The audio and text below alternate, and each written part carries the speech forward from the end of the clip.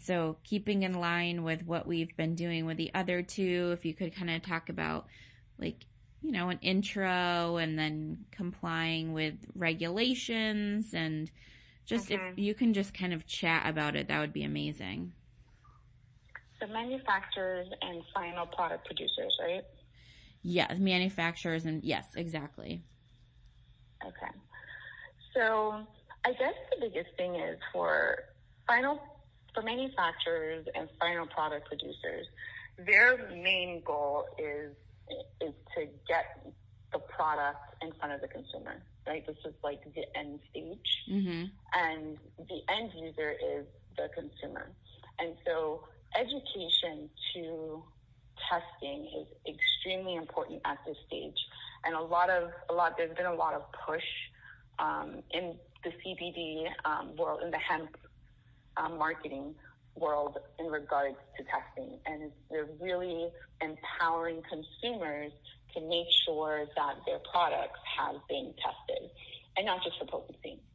So manufacturers and final product producers, they're being charged now to make sure that their products are safe for the consumers when they ingest or inhale their products.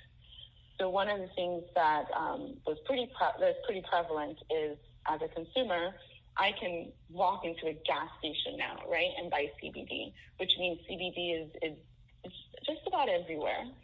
And I can eat a bag of gummies, for example, and I have no clue if the value or the number that's on the packaging, whether it says 10 milligrams or 15 milligrams of CBD per gummy, I have no clue if that number is accurate. Not only do I not know if that number is accurate, I don't know if that gummy doesn't have any microbials in it, like E. coli or salmonella. I don't know if that gummy has been tested for any residual solvents, or if the plant that the hemp product came from, if it has any pesticides. So there's been a real big push for consumers to be educated on whether or not their products have been tested. So QR codes have been the biggest thing. And so going back to the manufacturers and final product producers being charged with getting their products tested, I mean, it's a two-prong approach for them. One, you want to get it tested for formulation reasons.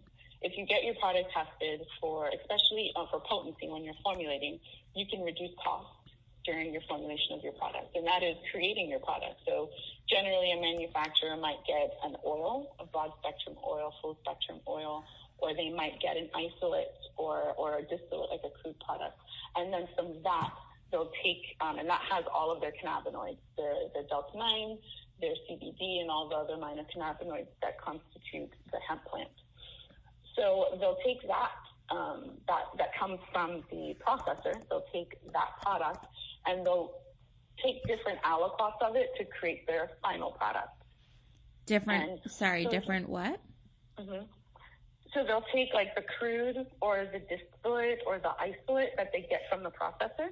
Mm-hmm. They'll take that and they'll take different aliquots or volumes of it, or they'll weigh it out and they'll put that into their final product. So final products can be tinctures, final products could be gummies, final products could be vape cartridges, things like that. Okay. So when they take different volumes or different weights, when they take different, and that's what I mean by aliquots, they'll take like different parts of it to create in their final product. When they use that, they don't just take a number, they don't just take some of it, put it in this big batch of like MCT oil, for example, if they're making a tincture, and they're like, I think it's 20 milligrams per gram. No, they're going to find out how there's mass involved, and they sit down and they do all these calculations. And in order to do the calculations, they rely on the sample being tested.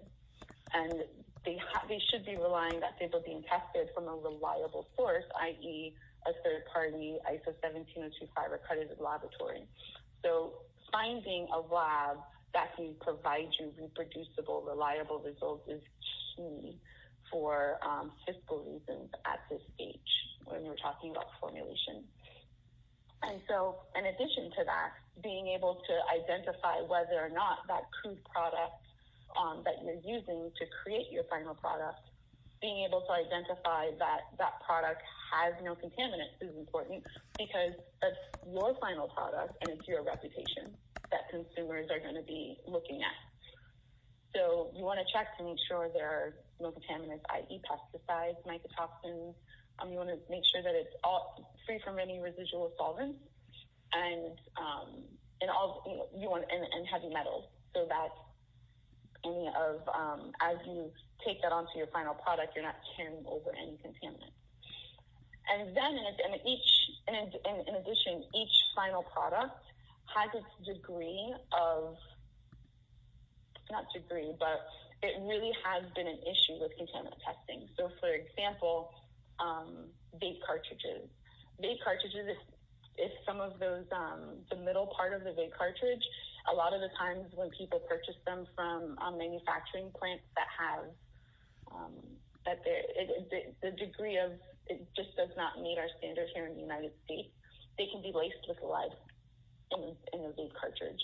So as the consumer, they use the vape cartridge to inhale the product.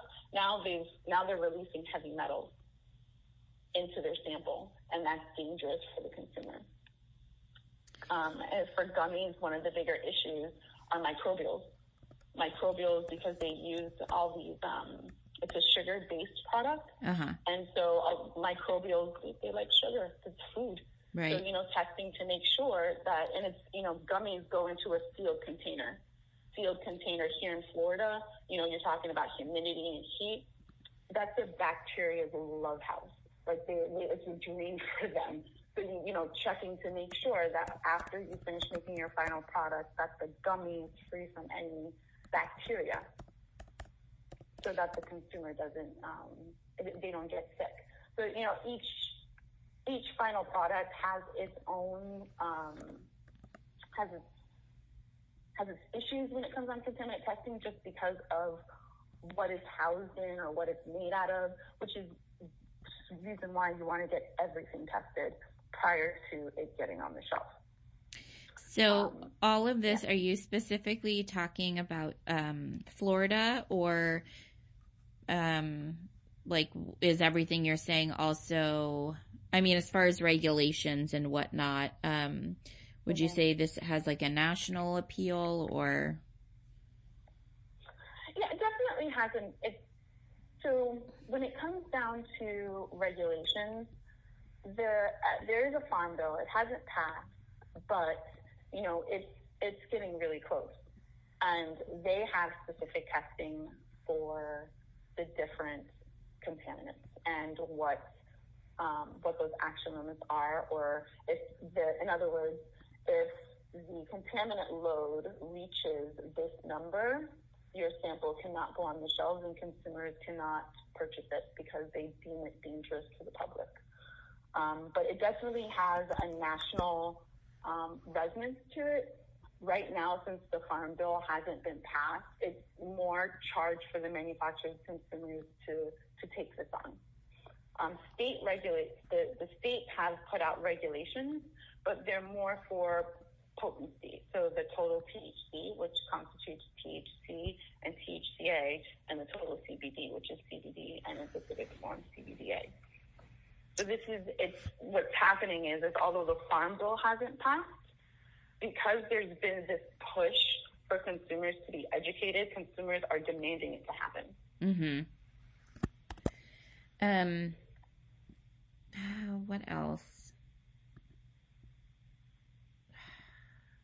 I honestly can't think of anything else. Let me just look at my little notes here. So why Kaicha? What is it about Kaicha if you're a manufacturer creating a final product? Like, what are the benefits of testing with Kaicha? The first benefit, as a compliance officer and someone who's worked in the laboratory as an analyst, one of the things that Kaicha Labs does is they're huge, and it's our number one is reproducible results. So we put a lot of time, energy, and effort in validating methods. And what does that mean? That means that before we test your product,